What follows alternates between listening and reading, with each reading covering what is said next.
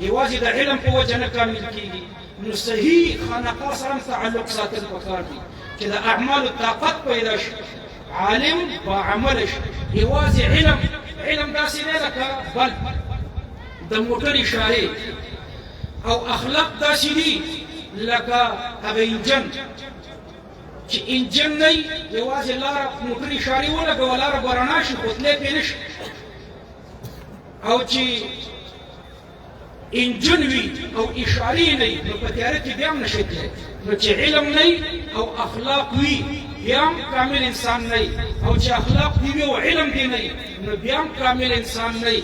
له دې وجې نه امام مالک رحمه الله فرمایي چې علم هم وکړي او تصوف اخلاق دې برابر شي نو ته بیا فقط تحقق.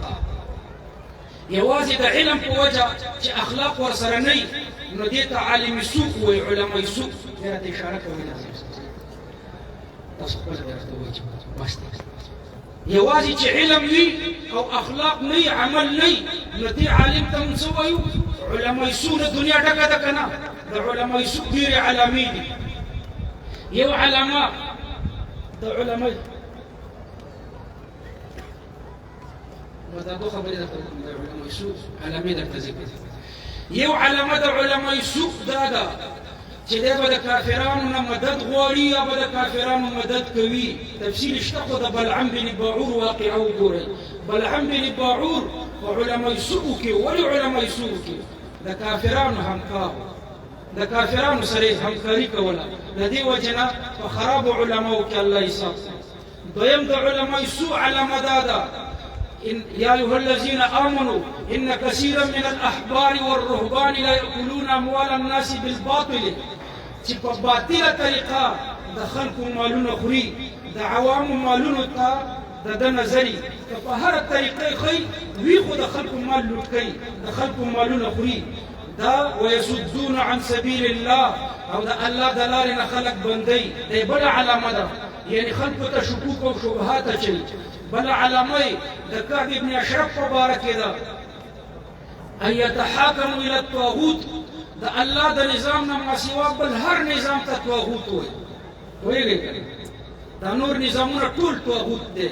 یو اسلامي نظام چې دی دغه اسلام دی، نور که هر نظام دی او هر آیین دی دې ته به طاغوت وایي. او په دې باندې کفر د دې نه ابرا او براعت لازم دی. دغه په بل قانون فیصلې کول او د بل قانون دپاره منډې ترډې وهل دا هم په علماء سوء کې راځي. بل علماء سوء کې دغه خلک هم راځي. ويقولون للذين كفروا هؤلاء أهدى من الذين آمنوا سبيلا. د مکې مشرکانو ته به یې په حقه ویلې، د یهودو بعضې علماو الله پاک هغوی ته علماء سوء ویلې.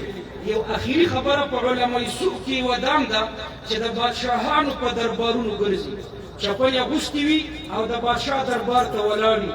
یو خو اسلامي خلافت کې بادشاهان دي، په دوی کې هم چې داسې خلک وي چې د علماو قدر او احترام ورسره نه وي، قومیت پرستي پکې وي، ډلګۍ پرستي پکې وي، شخصیت پرستي پکې وي او د هغه دربار ته د چپنې سره عالم ولاړ وي.